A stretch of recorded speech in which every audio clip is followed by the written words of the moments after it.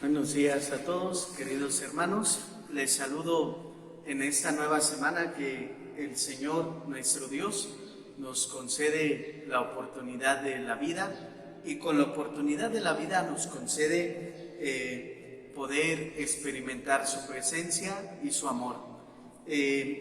Quisiera en esta semana poder ofrecer unas directrices, queridos hermanos, evidentemente a la luz de nuestra fe, pero que son importantes en nuestra práctica como iglesia.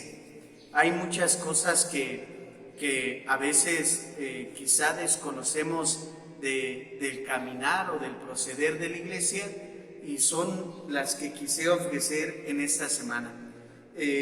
Voy a tratar de hacerlas iluminadas desde la palabra de Dios, desde el magisterio de la iglesia, porque, queridos hermanos, me interesa mucho que nosotros conozcamos que las prácticas de nuestra iglesia no son inventos de un sacerdote, sino están plasmadas en la sabiduría de la iglesia por medio de su magisterio, bajo la luz de la experiencia de muy poquitos años, casi 2000 años de iglesia. Entonces, mis hermanos, las prácticas de nuestra iglesia no están sacadas de la nada, no están sacadas en la espontaneidad, no están dadas de los eventos, sino que tienen como fundamento la palabra de Dios, y tienen como fundamento también 2000 años de historia, que es muy poquito, yo lo sé, muy poquito, pero pues de algo nos ha de servir. Fíjense, mis hermanos, hoy el Evangelio de San Mateo nos presenta este caso de un hombre que va a buscar a Jesús porque su hija ha muerto. Y entonces quisiera centrarme solamente en este momento y en estas palabras de Jesús. Cuando Jesús llega, dice el Evangelio, vio Jesús a los flautistas, el tumulto de la gente, y les dijo: retírense de aquí. La niña no está muerta, está dormida. Mis hermanos, la convicción de nuestra fe nos tiene que llevar inclusive a esas realidades tan extremas como lo es la muerte, a guiarnos por la palabra de Jesús. Ella no está muerta, está dormida. Dice el Evangelio, todos se burlaban de él. Me llama mucho la atención porque, mis hermanos, la persona de Jesús y su mensaje, su palabra, siempre genera muchas reacciones, y esas reacciones son a veces distintas. Jesús va a generar en algunos la reacción de admiración, en otros va a generar una reacción de miedo, en otros va a generar una reacción de seguirlo, en otros va a generar una reacción de predicarlo, en otros va a generar una reacción de tantas cosas, pero también en otros va a generar una reacción de burla. La iglesia, mis hermanos, no es ajeno a esto. La iglesia, por su predicación y por su acción, también hoy en día genera en muchos la burla. ¿Cuánta gente hoy se burla de la fe? ¿Cuánta gente hoy se burla de lo que la iglesia realiza en el nombre de Jesús? Sin embargo, esta convicción: la niña no está muerta, está dormida. Quisiera trasladar estas palabras a dos realidades, mis hermanos. Nuestra sociedad no está muerta, está dormida. Nuestra iglesia no está muerta. Cuando vienen acontecimientos históricos como el que estamos viviendo ahora, queridos hermanos, viene precisamente esta convicción de fe. No está muerta, está dormida. ¿Qué necesitamos? Que despertemos, queridos hermanos. Y la voz de Jesús lo que provoca es precisamente un despertar de la conciencia de las personas para reflexión y para modificación de a veces conductas que no están de acuerdo a lo que decimos creer. Por eso la importancia, mis hermanos, de estos temas que en esta semana quisiera compartir con ustedes. Por ejemplo, muchas personas me preguntan, Padre, ¿por qué no se puede celebrar en casas particulares? Bueno, pues el día de mañana voy a tomar ese tema haciendo la reflexión existe hoy en día una ley federal para el culto y para las iglesias, que está plasmada precisamente eso. Y lo vamos a compartir y vamos a ver por qué no. Pero también a nivel de fe, mis hermanos, el lugar celebrativo tiene una importancia muy grande. El templo tiene una importancia muy grande, muy grande. Pero bueno, así iré compartiendo estos temas. ¿Qué es lo que quisiera generar hoy con estas palabras del Señor Jesús? ¿Qué es, querido hermano, lo que te genera la persona de Jesús y su predicación? Cuando tú escuchas hablar al Señor, cuando tú lees su palabra, ¿qué reacciones te generan? Hoy escuchamos que a muchos les generaba burla, se burlaban de Él. ¿Qué es lo que te genera? A muchas personas les genera la persona de Jesús movimientos, mis hermanos, tan extraños y tan extremos, que son parte y que son fruto de esta predicación con poder de Jesús. Hoy la iglesia sigue predicando la palabra del Señor, aterrizada a una realidad concreta como la que vivimos, como es hoy la primera lectura del profeta Oseas, ¿no? Por cierto, maravillosa lectura, maravillosa palabra dirigida. Yo te voy a conducir, mi esposa infiel, al desierto, y te hablaré al corazón. Mis hermanos, ante la presencia y la predicación de Jesús, muchos podemos caer y podemos seguir cayendo en este gran pecado de la idolatría, por la falta de conocimiento de nuestra fe, por la falta de compromiso en nuestra fe. Sin embargo, la insistencia amorosa de Dios: te hablaré, te llevaré al desierto, allí en ese lugar en donde te enamoré, allí en ese lugar donde experimentaste mi poder y mi presencia, ahí te voy a llevar, te voy a reconquistar, te voy a hablar al corazón, te voy a tocar esas fibras tan sensibles en tu vida, las voy a sanar, las voy a recuperar, y entonces volverás a ser mío, mía. Mis hermanos, ¿qué es lo que te genera Jesús? La niña no está muerta, está dormida. Ante una declaración de esta magnitud, ¿qué es lo que te genera Jesús? Padre, es que estoy enfermo. Y de repente escuchas las palabras del sacerdote que te dice: el único médico es Jesús, médico de cuerpo y de alma. ¿Qué te genera? Muchos se podrán reír, queridos hermanos, cuando una persona fallece y de repente el sacerdote dice: es que nuestro hermano, nuestra hermana ha iniciado una etapa mejor en su existencia, el cielo. ¿Qué te genera? ¿Qué produce en tu vida? Cuando el sacerdote en la Eucaristía dice: es que este pan se convierte en cuerpo, este vino se convierte en sangre, mucha gente se burla, mucha gente se ríe.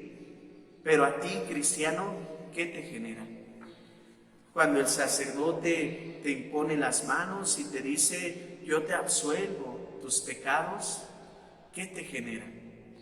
¿Qué es, mis hermanos, lo que Jesús en su persona y en su vida te genera? Y quisiera volver a poner este maravilloso ejercicio de decir, imagínate por un momento cómo era Jesús, inclusive físicamente. Inclusive cómo poder, mis hermanos, relacionarnos con ese ser humano que para nosotros confesamos que es Dios, pero que cambió toda la historia de la humanidad y que cambió toda forma de relacionarnos entre nosotros y con Dios mismo. Pero a muchos les sigue generando burla, mis hermanos. Yo pido a Dios que nosotros cristianos jamás nos burlemos de nuestra fe. Y por lo tanto, como en el profeta Oseas, siempre busquemos, mis hermanos, reenamorarnos de ese Dios tan maravilloso. Les quisiera contar una parte, una historia de mi experiencia como sacerdote. Mis hermanos, el camino es duro. Nadie, y siempre lo he dicho, jamás encontraremos en palabras del Señor Jesús que seguirlo es sencillo, es fácil. El camino es duro, el camino es difícil, queridos hermanos. Y entonces el ministerio sacerdotal también se enfrenta a burlas, también se enfrenta a críticas y también se enfrenta a señalamientos. Pero nuestra fe y nuestra convicción nos lleva a permanecer firmes y fieles en esto que el Señor nos ha llamado. Pero la experiencia que les quiero compartir es precisamente esta.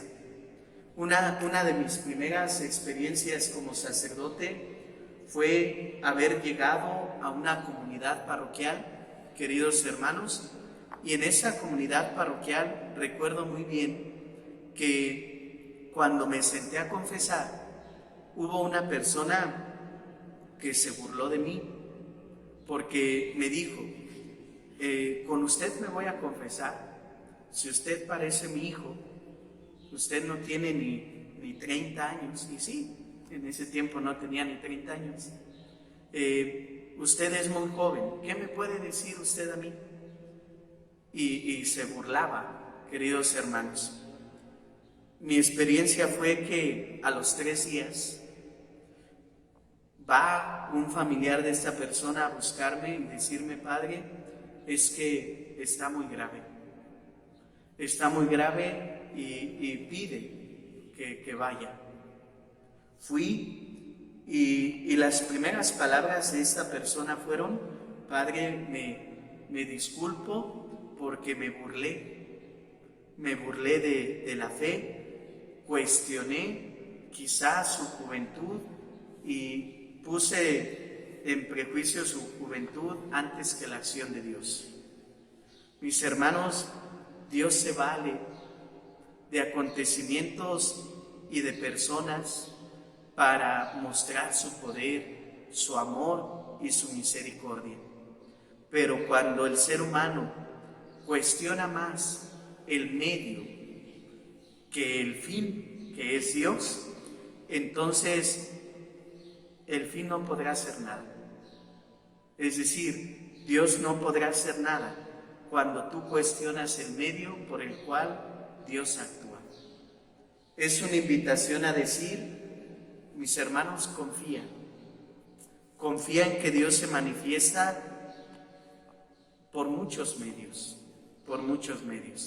Ante esto, una de las primeras cosas que quisiera abordar con ustedes y platicarlas con ustedes es esto de los cambios de procesos que estamos viviendo en nuestra iglesia.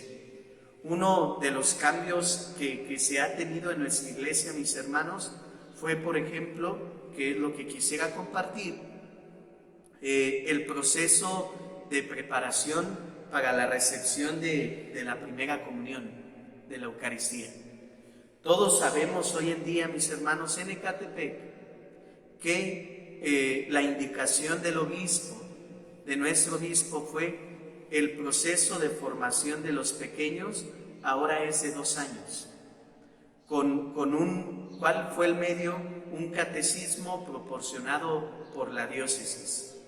Entonces, ¿por qué les comparto esto? Porque han existido personas que se me han acercado a pedirme que les venda catecismos de los que antiguamente se ocupaban, y entonces les he explicado precisamente este proceso, mis hermanos. Y hago un paréntesis. Espero, de verdad, de todo corazón, espero no ofender a nadie, pero lo tengo que decir, queridos hermanos. A menos desde que yo tomé posesión de la parroquia, en la parroquia no vendemos nada, mis hermanos. No vendemos ni Biblias, ni misales, ni catecismos, ni rosarios, ni estampitas, nada, nada. ¿Qué es lo único que vendemos, por decirlo así?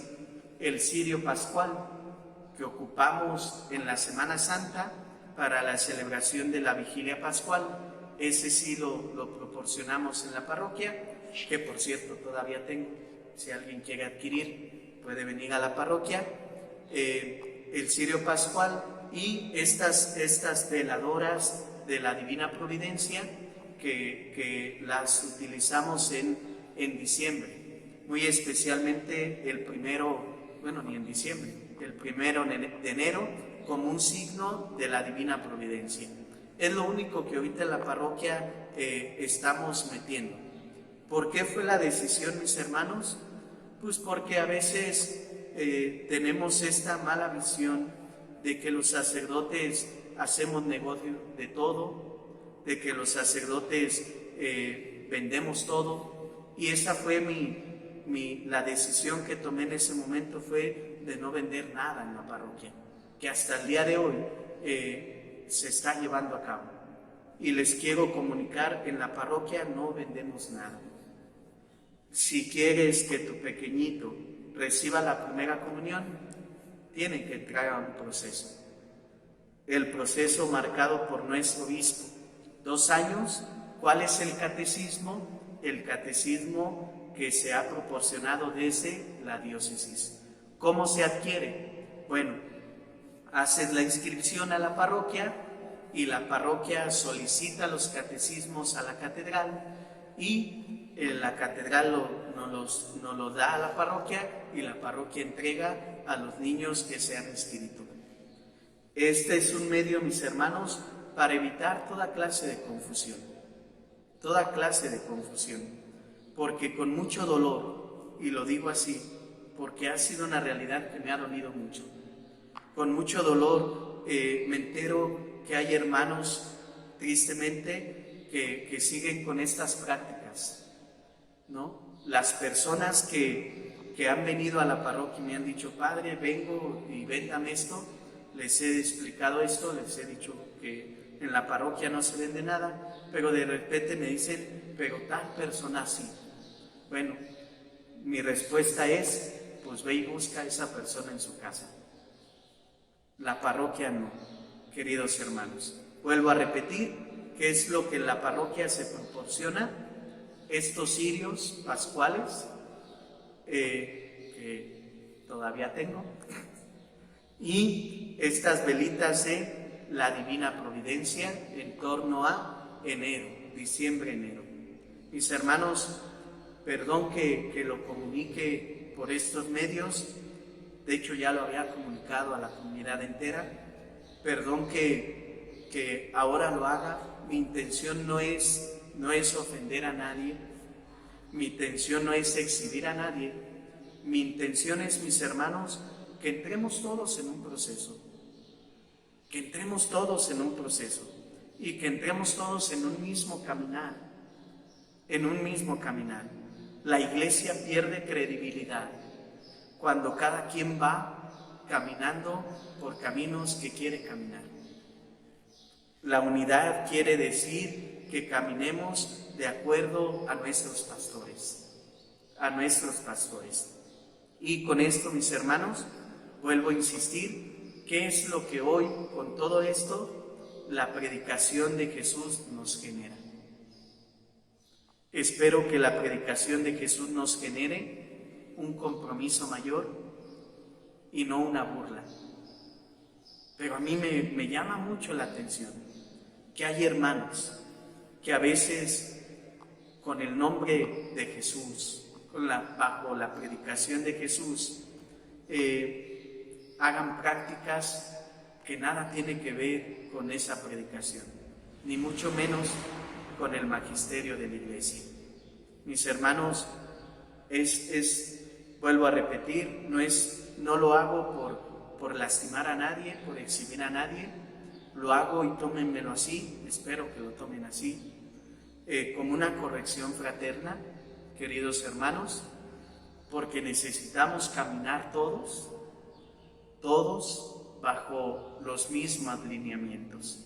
Si no, la Iglesia pierde credibilidad, la Iglesia pierde fuerza en su mensaje y en su acción. Por lo tanto, le llamo nuevamente a la unidad con nuestros pastores, tanto con nuestro obispo como con nuestros sacerdotes, a adoptar estos procesos que en estos días la Iglesia está tomando para el mismo bien de nosotros. Mis hermanos, Dios los bendiga. Dios les conceda todo aquello que con fe le pedimos. Sigamos pidiendo por el fin de esta pandemia.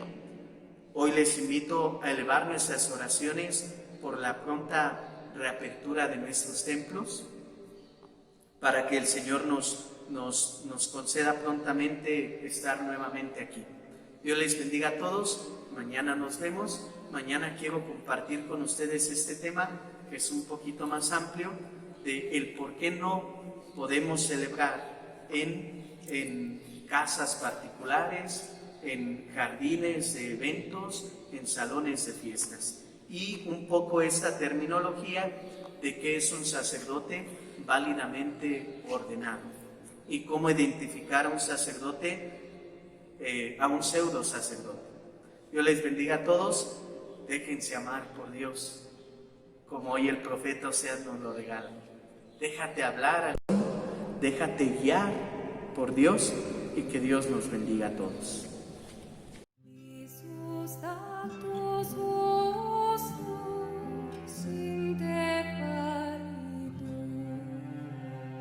Say